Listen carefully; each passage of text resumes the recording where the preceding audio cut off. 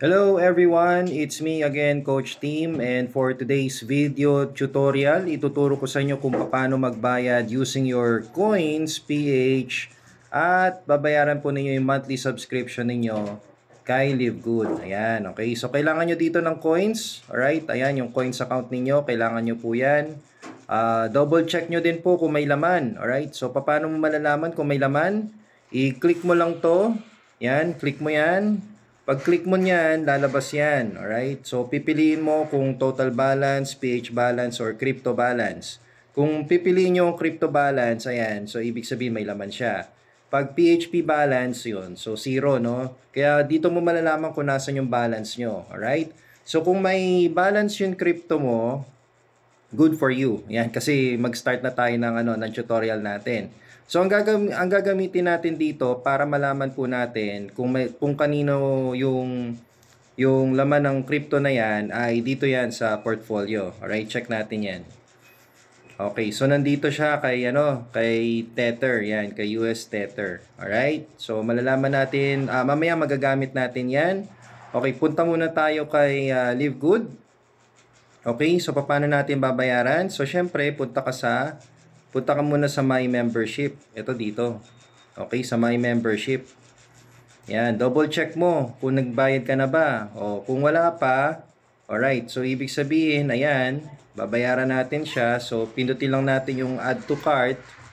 Okay, Add to Cart. Ayan, lalabas po yan. Check out lang po kagad. Okay, check out na po kagad.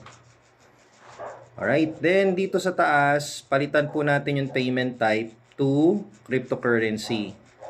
Yan, okay. So, naka-cryptocurrency na siya. Ayan. Alright, then scroll down. And tick box. Yan, i-click lang natin yan. Then place order. Madali lang po to, ladies and gentlemen. Yan. Okay, then ito, i-click nyo lang po ito. Pay crypto. Alright. Tapos, hanapin po natin dito yung USDT. Alright, kasi nandun yung pera natin eh. Ayan, USDT Tron. Yan, yan yung hanapin natin ha. So, pindutin nyo lang po yan. And, ayan, okay. So, lalabas na to. Alright. So, ngayon, ano ba kailangan natin dito? Huwag nyo muna pipindutin tong send. Okay? Huwag nyo muna pipindutin tong send. So, hintayin nyo muna. Punta muna tayo kay Coins. Ayan, kay Coins PH. Alright. So, ngayon, ang kailangan natin dito, syempre, we need to, ayan, punta muna tayo dito sa home, ha? Pindutin natin tong home. Ayan, kailangan kasi natin mag-transfer. Ayan, kailangan natin mag-transfer eh. So, pindutin natin ang transfer. And, pipindutin natin ang send crypto. Ayan, okay? Kasi, syempre, magpapadala tayo ng crypto payment. Then, ayan, pindutin lang natin si USDT. Okay, then, let's choose send to external wallet. Alright, then here, click the network, which is, ayan, si Tron. Okay, so pipili natin si Tron. Ayan, then yung amount, ito, makikita natin yan dito. Ayan, so gagawin lang natin, ika-copy nyo lang. Ito, pipindutin nyo lang tong copy. Copy amount, alright, tapos balik po kayo. Okay, ayan. Paste nyo lang, long press, paste. Ayan, okay. Then, itong USDT address, yan. Balik ulit kayo kay LiveGood. At ito naman yon, ika-copy nyo lang to. Okay, pinutin nyo yung copy. Ayan, diba? Ganun lang kadali, no? Alright, balik kayo kay Coins. Ayan, long press, paste. Okay. Then, ayan yung makikita ninyo. So, may network fee guys. Ito, tandaan nyo to. May $1.50 na network fee. So, dito yung receiving amount, $8.45. So, ibig sabihin, may kulang. Okay, so dadagdagan po natin yung isi-send natin. Alright, ito, dadagdagan po natin yan. So, gagawin natin, magkano kaya to? Check natin ha. Dapat kasi magano siya eh. Dapat kasi yung receiving amount, $9.95 eh.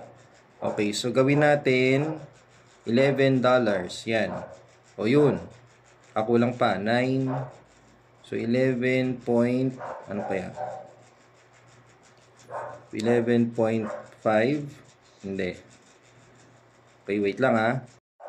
Okay, so ito, guys, kailangan nyo maging accurate dito ha. So dapat ang gagawin, dapat kasi ang ma-receive ni Livegood ay $9.95, di ba? So we need to change this.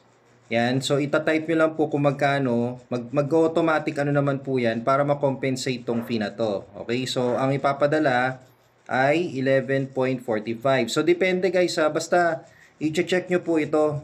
Dapat mag 995 po siya. Okay? So ngayon, if okay na po yan, pipindutin lang natin tong next. Alright? So next, I understand.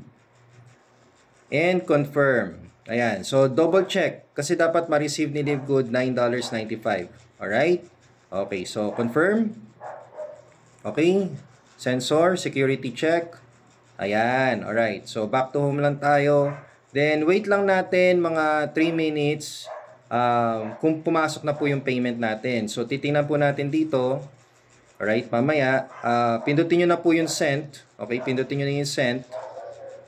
And here, from here, ayan, i-check po natin mamaya. Kiklik lang natin tong, ayan, check the status. Alright, so balikan natin yan. Okay, so ito, silipin na natin. Pindutin na natin tong, click here to check the status.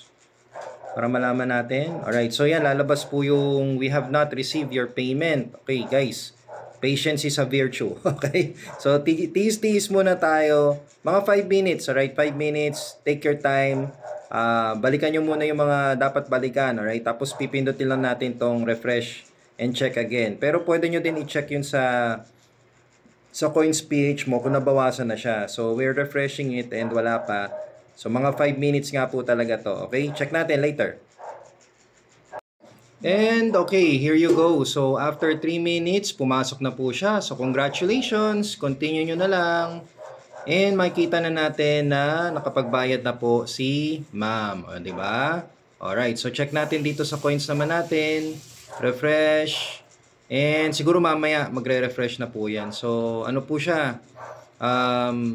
Ayan, hindi pa siya nagre-refresh. Pero okay na po siya dito. Yun ang importante. Okay? So yun guys, sana may natutunan kayo dito sa tutorial na to. Just make sure na $9.95 yun mapapadala nyo kay Livegood para hindi po tayo kasi pag hindi po $9.95 may magkakaroon ng technical difficulties kayo dyan or technical problem. Kaya dapat $9.95 yung mapadala nyo sa amount. Alright? So yun lang, maraming salamat and happy earnings!